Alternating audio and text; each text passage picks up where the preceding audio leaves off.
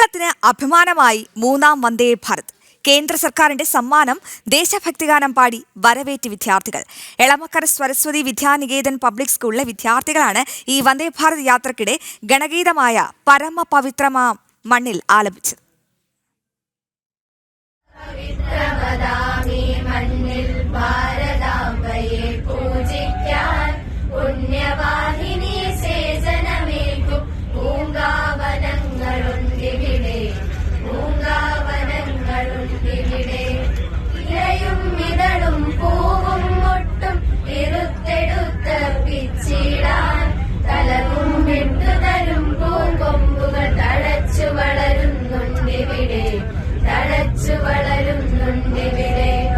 അടിമുടി സേവന വാസന വിതറി അമ്മയ്ക്കർപ്പിച്ചിടാനായി പല നിറമെങ്കിലും ഒരൊറ്റ മനസ്സായി വിടർന്നിടുന്നു മുകുളങ്ങൾ, വിടർന്നിടുന്നു മുകുളങ്ങൾ. പവിത്രമതാമീ മണ്ണിൽ ഭാരതാംബയെ പൂജിക്കാൻ പുണ്യവാഹിനി സേചനമേൽക്കും പൂങ്കാവനങ്ങളുണ്ടിവിടെ, പൂങ്കാവനങ്ങളുണ്ടിവിടെ. വിവരങ്ങളുമായി മിഥുൻ അയ്യപ്പൻ ചേരുന്ന മിഥുൻ, ഗൂസ് ബംസ് മൊമെന്റ് എന്ന് തന്നെ പറയേണ്ടി വരണം. കാരണം അത്രത്തോളം അഭിമാനമാണ് ഇത്. എത്ര മനോഹരമായാണ് ആ കുട്ടികൾ ഈ ദേശഭക്തി ഗാനം ആലപിക്കുന്നത്. അപ്പോൾ എന്തിനാണ് ഈ വാർത്ത പലരും വിവാദമാക്കുന്നത് ശ്രദ്ധയിൽപ്പെട്ടിരുന്നു. എന്താണ് ഈ വിവാദങ്ങളുടെ അടിസ്ഥാനം മിഥുൻ?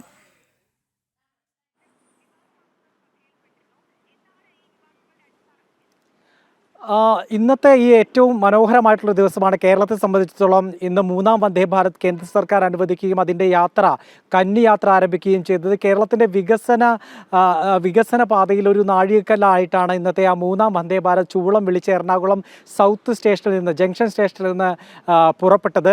അതിൽ ഏറ്റവും മനോഹരമായിട്ടുള്ളൊരു കാഴ്ചയായിരുന്നു ഇന്നത്തെ ഈ വിദ്യാർത്ഥികളുടെ ഈ പരമപവിത്രമതാമി മണ്ണിൽ എന്ന ദേശഭക്തി ഗാനം. ഗണഗീതമാണ്, RSSന്റെ ഗണഗീതമാണ് അത് ആലപിച്ചത്. അത് ഒരു ദേശഭക്തി ഗാനം എന്നുള്ള നിലയ്ക്ക് തന്നെയാണ് സ്വീകരിക്കപ്പെട്ടുകൊണ്ടിരിക്കുന്നത്. അത് തീർച്ചയായും അതിൽ പറഞ്ഞിരിക്കുന്നത് ഭഗത് സിംഗിനും ഝാൻസി റാണിയും എല്ലാം ഇവിടെ പ്രഭാതഭേരി മുഴക്കുന്നു, ശ്രീനാരായണ അരവിന്ദന്മാർ ഇവിടെ കോവിൽ തുറക്കുന്നു എന്നടക്കമുള്ള പ്രസിദ്ധമായിട്ടുള്ള വരികളാണ്. നമ്മുടെ സ്വാതന്ത്ര്യ സമര സേനാനികളുടെയും അതുപോലെ തന്നെ നമ്മുടെ ഭാരതീയ സംസ്കാരവുമായി ബന്ധപ്പെട്ടുള്ള അതിനെ പരിപോഷിച്ച വ്യക്തികളുടെയും മഹത് വ്യക്തികളുടെയും എല്ലാം ആ പേരുകൾ പരാമർശിച്ചുകൊണ്ട് അവരാണ് ഈ രാജ്യത്തിൻ്റെ ആത്മാവും നാഡിയും എന്ന് എടുത്തു പറയുന്ന ഏറ്റവും മനോഹരമായിട്ടുള്ള വരികളാണ് പരമപവിത്രമതാമി മണ്ണിൽ എന്ന ഗണഗീതത്തിൻ്റെ വരികൾ. ആ ഗണഗീതത്തിൻ്റെ വരികൾ ഇന്നത്തെ ഈ ദിവസം എറണാകുളത്ത് നിന്ന് പുറപ്പെട്ട എറണാകുളം ബംഗളൂരു വന്ദേ ഭാരത് ട്രെയിനിൽ വെച്ച് ഈ വിദ്യാർത്ഥികൾ പാടുകയാണ് ചെയ്തത്. എളമക്കര സരസ്വതി വിദ്യാനികേതൻ പബ്ലിക് സ്കൂളിലെ വിദ്യാർത്ഥികളാണ് ഈ യാത്രയിൽ പങ്കെടുത്തിരുന്നത്. അവർക്ക് ഒരു സുവനീർ യാത്ര എന്നുള്ള നിലയ്ക്കായിരുന്നു ഇന്നത്തെ ഈ കന്നി യാത്രയിൽ അവരെ കേന്ദ്ര റെയിൽവേ മന്ത്രാലയം ക്ഷണിച്ചിരുന്നത്. ഇതിൻ്റെ ഭാഗമായിട്ടാണ് അവർ ആ യാത്രയിൽ പങ്കെടുത്തത്. അവർ ഉദ്ഘാടന ചടങ്ങിൽ പങ്കെടുത്തിരുന്നു. അതിനുശേഷം ട്രെയിനിൽ കയറി കേന്ദ്രമന്ത്രി സുരേഷ് ഗോപിക്കൊപ്പം യാത്ര നടക്കുകയും ചെയ്തു. കേന്ദ്രമന്ത്രി സുരേഷ് ഗോപി ഇവർക്ക് മധുരം നൽകിയാണ് സ്വീകരിച്ചിരുന്നത്. അങ്ങനെ വിദ്യാർത്ഥികൾ രാഷ്ട്രത്തിൻ്റെ ഈ വികസന പാതയിൽ ഒന്നിക്കുകയും വികസന പാതയിൽ സന്തോഷം പങ്കുവെക്കുകയും രാജ്യത്തിൻ്റെ യുവജനതയെല്ലാം തന്നെ ഈ രാഷ്ട്ര സ്നേഹത്തോടു കൂടി വളരുകയും ചെയ്യുന്നതിൻ്റെ ഏറ്റവും പ്രകടമായിട്ടുള്ള ഒരു ദൃശ്യം തന്നെയായിരുന്നു ഈ വന്ദേ ഭാരത് ട്രെയിനിലെ ഈ ഗണഗീത ആലാപനം.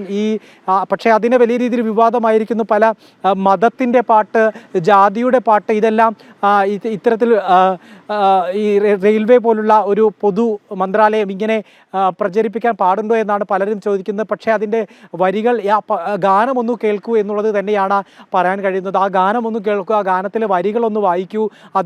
അത് തീർച്ചയായും രാജ്യത്തിൻ്റെ പരമമായിട്ടുള്ള പവിത്രതയും അതുപോലെ തന്നെ സംസ്കാരത്തിൻ്റെ വിശുദ്ധിയെയും രാജ്യത്തിൻ്റെ പോരാട്ടത്തെയും എല്ലാം പുകഴ്ത്തുന്ന, അതിനെല്ലാം സ്മരിക്കുന്ന പാട്ടുകളാണ് ഭഗത് സിംഗ്. അതെ, തീർച്ചയായും ഓരോ ഭാരതീയനും ഇത് അഭിമാന നിമിഷമാണ്.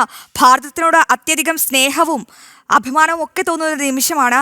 അപ്പോൾ ആ സമയത്താണ് കുട്ടികളുടെ ഒരു സമ്മാനം. അവർക്ക് അത്രത്തോളം സ്നേഹം തോന്നി, അത്രത്തോളം അഭിമാനം തോന്നി, ഒരു ദേശഭക്തി ഗാനം ആലപിക്കുന്നു. അപ്പോൾ ആരാണ് ഇത് ഇത്ര വിവാദമാക്കുന്നത്? ഈ വന്ദേ ഭാരതിന്റെ ആദ്യ യാത്ര തന്നെ ഇത്രത്തോളം വിവാദമാക്കുന്നതിന് പിന്നിൽ ആരൊക്കെയാണ് മിഥുൻ?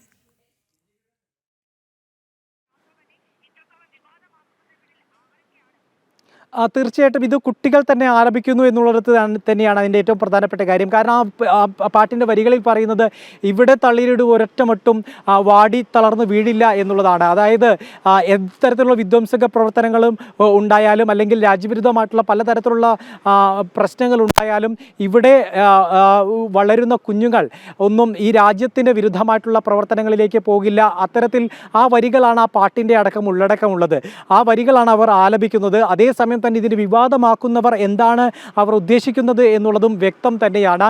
രാജ്യത്തിൻ്റെ വികസന പ്രവർത്തനങ്ങളെ അതുപോലെ തന്നെ കേരളത്തിന് കേന്ദ്രം നൽകി കേരളത്തിൻ്റെ റെയിൽവേ വികസനത്തിൽ മാത്രമല്ല വലിയ രീതിയിലുള്ള മറ്റ് പശ്ചാത്തല വികസന പ്രവർത്തനങ്ങളിലടക്കം വലിയ യാത്രാ ദുരിതത്തിനടക്കം വലിയ പരിഹാരം കാണുന്ന അത്തരത്തിലുള്ള വലിയൊരു ചുവടുവെപ്പിനെ ഇകഴ്ത്തി കാണിക്കാനുള്ളൊരു ശ്രമമാണ് ഈ വന്ദേ ഭാരതിൻ്റെ ആദ്യ കന്യാത്രയിൽ തന്നെ ഇത്തരത്തിലുള്ള തീർത്തും അനാവശ്യ വിവാദങ്ങളിലേക്ക് വലിച്ചിഴയ്ക്കുന്നവരുടെ ഉദ്ദേശ ലക്ഷ്യം എന്നുള്ളത് നമുക്ക് എടുത്തു പറയേണ്ടിയിരിക്കുന്നു. കാരണം നമുക്കറിയാം ബംഗളൂരുവിലേക്ക് ഈ ആദ്യ യാത്ര പുറപ്പെടുമ്പോൾ ഇത് പരിഹാരമാകുന്നത് വലിയ തരത്തിലുള്ള മാഫിയകളുടെ ഭീഷണികൾക്ക് കൂടിയാണ്. നമുക്കറിയാം ഒരു അവധി ദിവസങ്ങളോ അല്ലെങ്കിൽ ഒരു വിശേഷ ദിവസങ്ങളോ ഉണ്ടാകുമ്പോൾ എത്രത്തോളം വലിയ ഭീമമായിട്ടുള്ള തുകയാണ് ബംഗളൂരുവിൽ നിന്ന് ഇങ്ങോട്ട് വരാൻ വേണ്ടി ഓരോ ടെക്കിയും ഓരോ വിദ്യാർത്ഥിയും അനുഭവിക്കേണ്ടി വരിക എന്നുള്ളത് നമുക്കറിയാം. എത്രത്തോളം തവണ നമ്മൾ ആ വാർത്തകൾ റിപ്പോർട്ട് ചെയ്യപ്പെട്ടതാണ്. അത് ഇന്നത്തെ ഈ ട്രെയിൻ കൂടി സർവീസ് ആരംഭിക്കുന്നതോടെ 600 സീറ്റുകളാണ് അധികമായി ബംഗളൂരുവിൽ നിന്ന് ആഡ് ചെയ്യപ്പെട്ടത്. അങ്ങനെ ബുധനാഴ്ച ഒഴികെ എല്ലാ ദിവസവും സർവീസ് നടത്തുന്ന ഈ വന്ദേ ഭാരത് ട്രെയിൻ കേരളത്തിലെ സാധാരണക്കാരായിട്ടുള്ള തൊഴിലന്വേഷിച്ച് അന്യനാട്ടിലേക്ക് പ്രത്യേകിച്ച് ബംഗളൂരു പോലുള്ള നഗരത്തിലേക്ക് ചേക്കേറിയ സാധാരണക്കാരായിട്ടുള്ള ജനങ്ങൾക്കാണ് അതിൻ്റെ ഗുണം ലഭിക്കുന്നത്. ആ ഗുണത്തെ ഇല്ലാതാക്കുക അല്ലെങ്കിൽ അതിൻ്റെ മോടി കുറയ്ക്കുക കേന്ദ്ര സർക്കാർ കേരളത്തിന് നൽകുന്ന ഈ ഒരു സമ്മാനം എന്ന് തന്നെ വേണം. അല്ലെങ്കിൽ ഈ പരിഗണന അല്ലെങ്കിൽ ഈ ഒരു ചേർത്തു നിർത്തലിനെ അതിനെ പരമാവധി ഇകഴ്ത്തി കാണിക്കുക എന്നുള്ളത് തന്നെയാണ് ഇത്തരത്തിലുള്ള കുപ്രചാരണങ്ങളുടെ അല്ലെങ്കിൽ ഇത്തരത്തിലുള്ള അനാവശ്യ വിവാദങ്ങളുടെ ലക്ഷ്യമെന്ന് പറയേണ്ടി വരും. ആദ്യ വന്ദേ ഭാരത് കേരളത്തിന് അനുവദിച്ചുകൊണ്ട് നടത്തിയ പ്രസംഗത്തിൽ പ്രധാനമന്ത്രി നരേന്ദ്രമോദി നടത്തിയത് ഇനി വരാൻ പോകുന്നതെല്ലാം വന്ദേ ഭാരത് ട്രെയിനുകളാണ്. ഇനി വികസിക്കാൻ പോകുന്നത് ക്രമാനുഗതമായി ഓരോ റെയിൽവേ സ്റ്റേഷനുകളും അമൃത് സ്റ്റേഷനുകളാക്കി പരിഷ്കരിക്കപ്പെട്ടുകൊണ്ടിരിക്കുന്നു. അങ്ങനെ കേരളത്തിന് അഭിമാനമാവുകയാണ് മൂന്നാം വന്ദേ ഭാരത് കേന്ദ്ര സർക്കാരിന്റെ സമ്മാനം. ദേശഭക്തിഗാനം പാടി വരവേൽക്കുകയാണ് വിദ്യാർത്ഥികൾ.